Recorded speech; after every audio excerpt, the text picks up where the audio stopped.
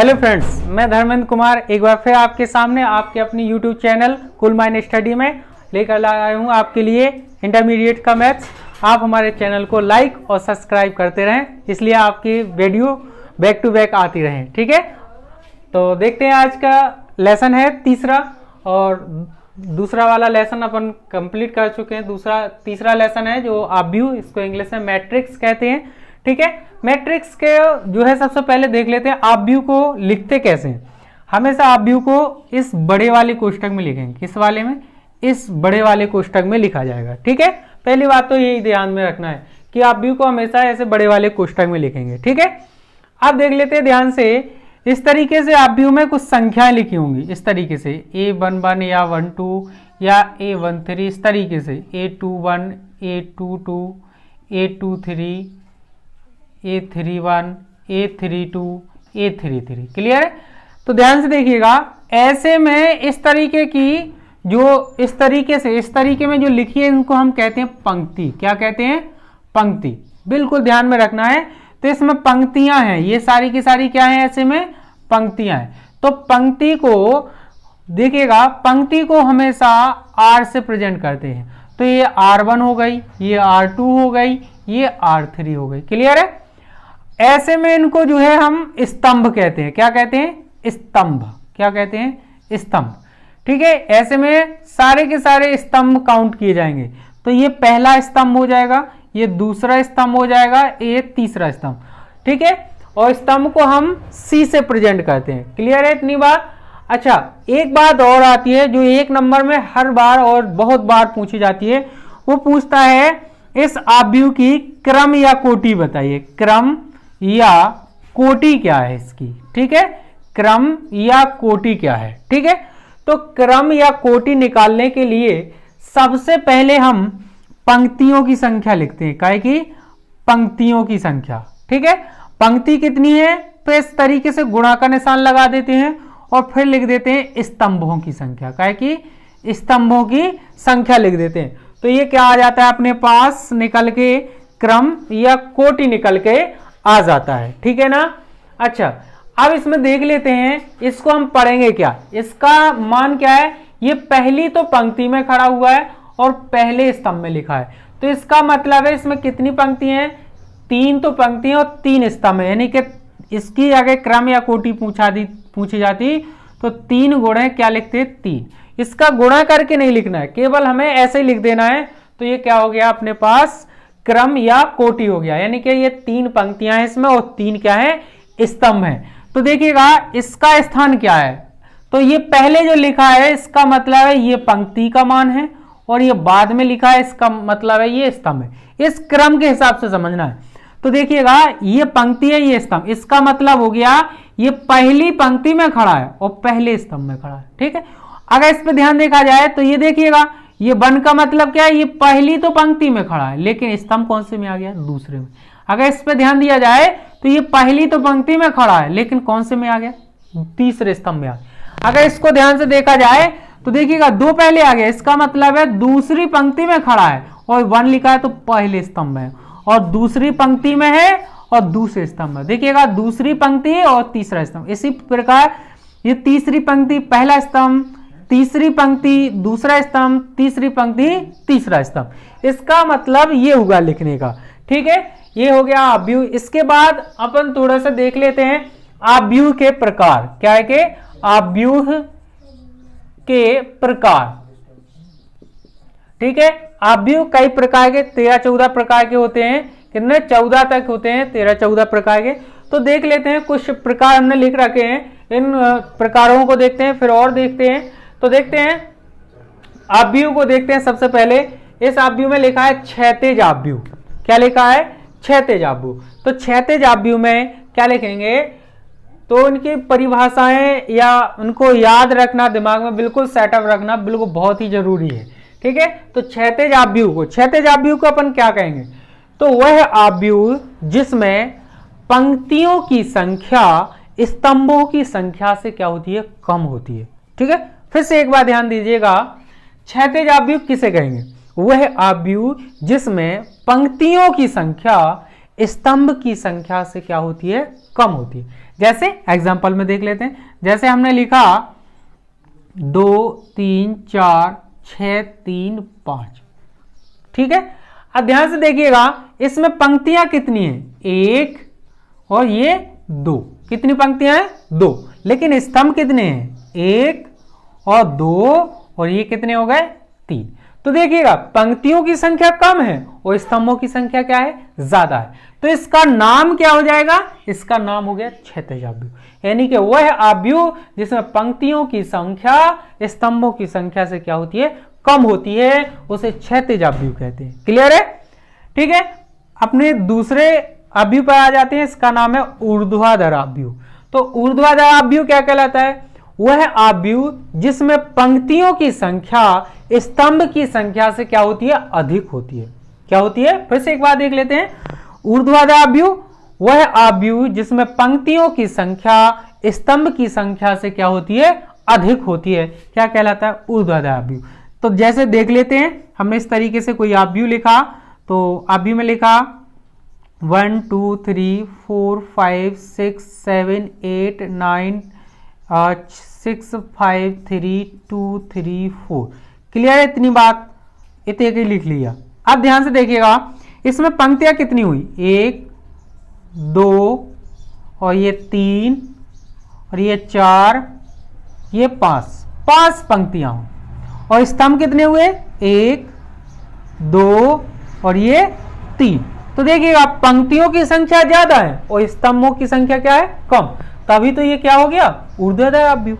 ठीक है, तो वह आव्यूह जिसमें पंक्तियों की संख्या स्तंभ की संख्या से अधिक होती है क्या कहलाता है, ऊर्ध्वाधर आव्यूह। ठीक है, अब आ जाता है नेक्स्ट वर्ग आव्यूह। वर्ग आव्यूह क्या कहलाता है, वर्ग से ही पहले पता चला होता है, जिसकी लंबाई या चौड़ाई बराबर हो जाए, यानी कि वर्ग आव्यूह मतलब जिसमें वह आव्यूह जिसमें पंक्तियों और तथा स्तंभों की संख्या क्या होती है, बराबर होती है, क्या कहलाता है, वर्ग आव्यूह कहलाता है। वर्ग आव्यूह मतलब वह आव्यूह जिसमें पंक्ति तथा स्तंभों की संख्या क्या होती है, समान होती है, क्या कहलाता है, वर्ग आव्यूह। जिस तरीके से हमने ये बताया था, देखिएगा ये एक पंक्ति, ये 2 पंक्ति, ये 3, और ये क्या है, पहला स्तंभ, दूसरा, तीसरा, यानी कि 3 पंक्ति हुई और 3 स्तंभ हुए। जरूरी नहीं है कि 3-3 हो सकते हैं, 2-2 हो सकते हैं, 1-1 हो सकते हैं, कुछ भी हो सकते हैं। तो इस तरीके से समान होने चाहिए, तो ये क्या कहलाएगा, वर्ग आव्यूह। ठीक है, नेक्स्ट पे आ जाते हैं पंक्ति आव्यूह या पंक्ति सदस्य।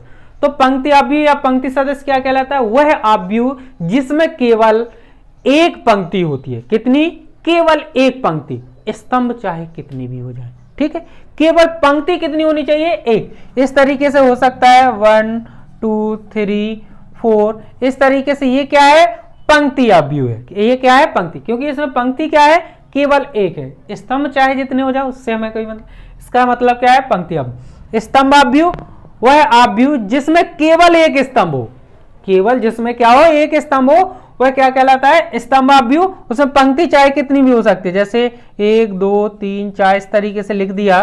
तो देखिएगा स्तंभ कितना है इसमें, एक, लेकिन पंक्तियां चाहे जितनी हो उससे हमें नहीं पता।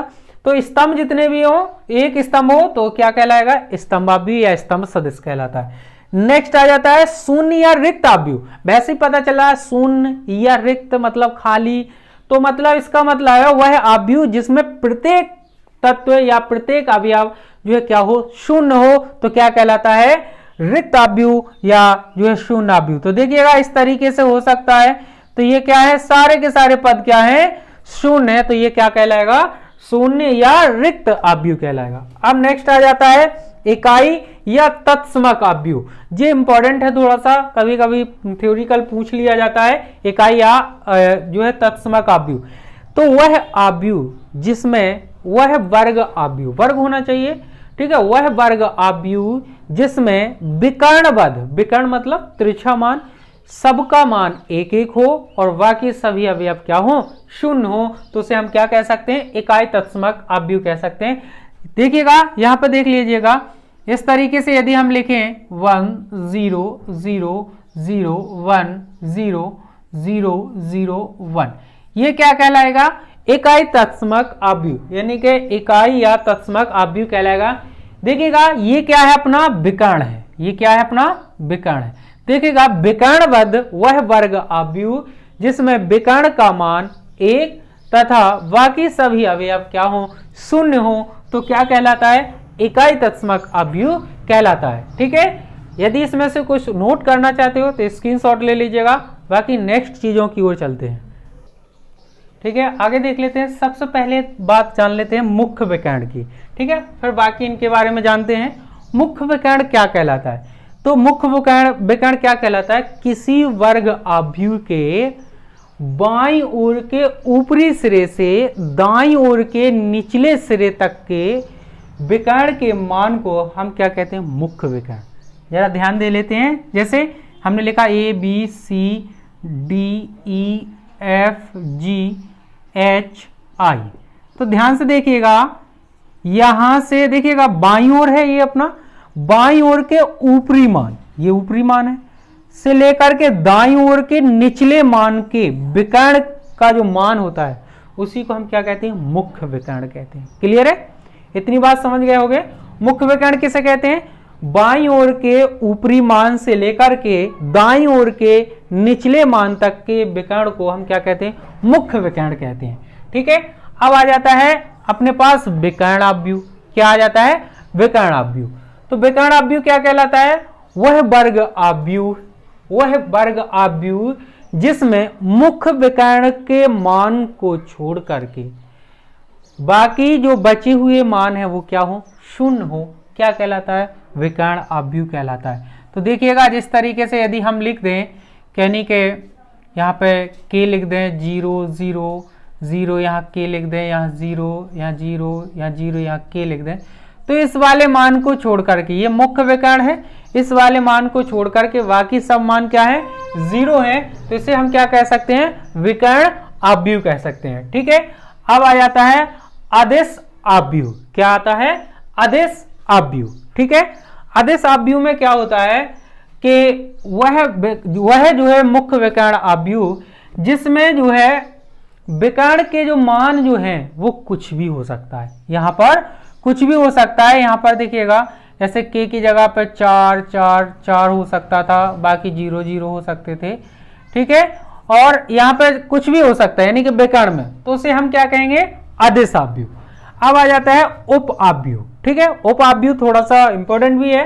तो देखिएगा, उप अवयव में क्या होता है, वह अवयव जिसमें से एक पंक्ति या एक स्तंभ को हटाने के बाद जो शेष बचा हुआ अवयव होता है उसे हम क्या कहते हैं, उप अवयव कहते हैं।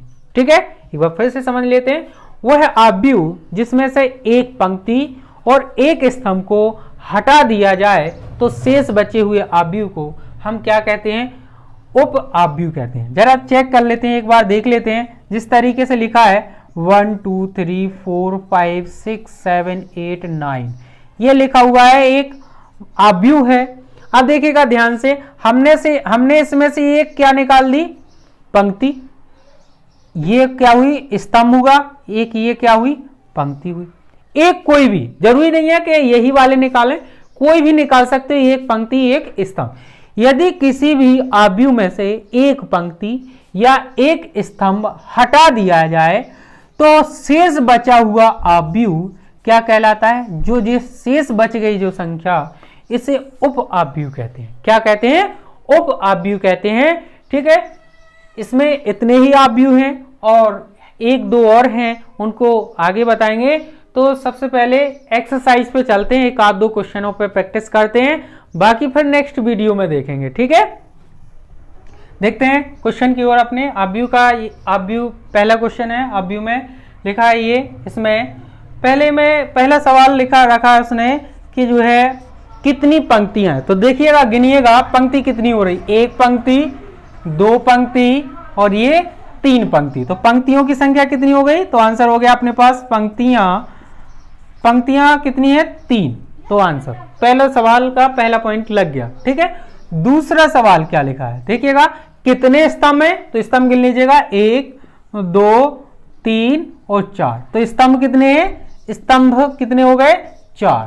तो ये सवाल लग गया। ठीक है, आ गया ना समझ में। ठीक है, और चैनल को लाइक और सब्सक्राइब जरूर करते चले ताकि मन भी बढ़ता चले और आगे वीडियो वाली और अच्छी लाते रहे हम आपके लिए। तो देखिएगा नेक्स्ट, क्वेश्चन लिखा है इसका क्रम क्या है, तो क्रम बताया था हमने, क्रम किस तरीके से निकालते हैं। क्रम के लिए हमने बताया था क्रम या कोटि, एक ही बात होती है। क्रम या कोटि के लिए पहले पंक्तियां लिखी जाती हैं, फिर गुणा लगा करके स्तंभ लिख दिए जाते हैं, स्तंभ। ठीक है, तो देखिएगा पंक्तियां कितनी आई हैं अपने पास 3 और स्तंभ कितने निकले 4। ये क्या हो गया आंसर। क्लियर है। नेक्स्ट क्वेश्चन की ओर आ जाते हैं। क्वेश्चन में कहता है कुल कितने तत्व हैं। कुल कितने तत्व हैं, तो इस तरीके से हल कर सकते हो, कुल तत्व, कुल तत्व किस तरीके से, कुल तत्व देखिएगा 3 पंक्तियां थी और 4 स्तंभ, गुणा कर देंगे 4 तिया 12, ये क्या हो गया आंसर। यदि ऐसे समझ में नहीं आया किसी को तो इस तरीके से भी कर सकते हो, कुल कितने तत्व मतलब वो ये गिनने के लिए कह रहा है इसमें कुल कितने अंक लिखे, तो गिन लीजिएगा 1 2 3 4 5 6 7 8 9 10 11 12, इस तरीके से भी गिन सकते हैं और बता सकते हैं। ठीक है, इस क्वेश्चन को स्क्रीनशॉट ले लीजिएगा। बाकी नेक्स्ट क्वेश्चन देखते हैं। ठीक है, नेक्स्ट क्वेश्चन आज के लिए लास्ट क्वेश्चन, बाकी नेक्स्ट वीडियो में आएंगे।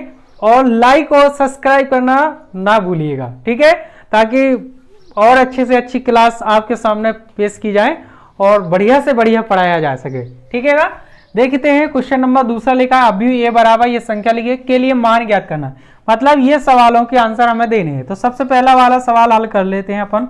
जरा क्या कहता है वो कोटि ज्ञात कीजिए। हमने बताया था अभी क्रम या कोटि निकालने के लिए, कोटि निकालना है तो हमने बताया था पहले पंक्तियां लिखी जाती हैं और फिर गुणा लगा के स्तंभ लिख दिए जाते हैं। क्या लिख दिए जाते हैं स्तंभ। तो देखिएगा पंक्तियां कितनी है, गिन लीजिएगा 1, यहां से पूरी 1, यहां से 2, यहां से 3, तो पंक्तियां कितनी है 3। स्तंभ कितने हैं 1 2 3 4, तो 4। ये क्या हो गई इसकी कोटि हो गई। क्लियर है। अब है इसमें अवयव बताइए, तो इसमें अवयव अभी हमने बताए थे, अवयव किस तरीके से निकालते हैं। अवयव हमने बताया था इन्हीं का गुणा कर लीजिएगा, 4 तिया 12 हो जाता है। ये क्या हो गया इसका आंसर। क्लियर है।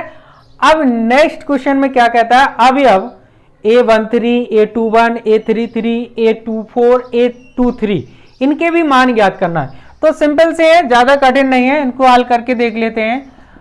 ठीक है, तो ये क्या लिखा है A13 का मान निकालना है, A13, और फिर निकालना है अपन को A21 का, फिर निकालना है A33 का, फिर निकालना है A24 का, फिर निकालना है A23 का। क्लियर है।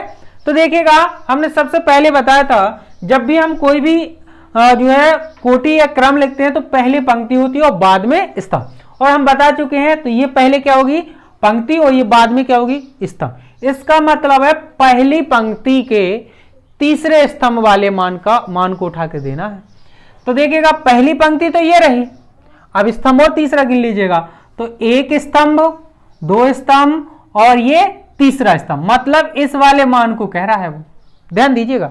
तो पहली पंक्ति में खड़ा है ये, और लेकिन ये किस में है तीसरे स्तंभ, तो इसका आंसर कितना हो गया 19। कितना हो गया 19 आंसर हो गया। ठीक है, क्लियर। अब ये कहता है 21, यानी कि क्या कहता है दूसरी पंक्ति के पहले स्तंभ का मान चाहिए।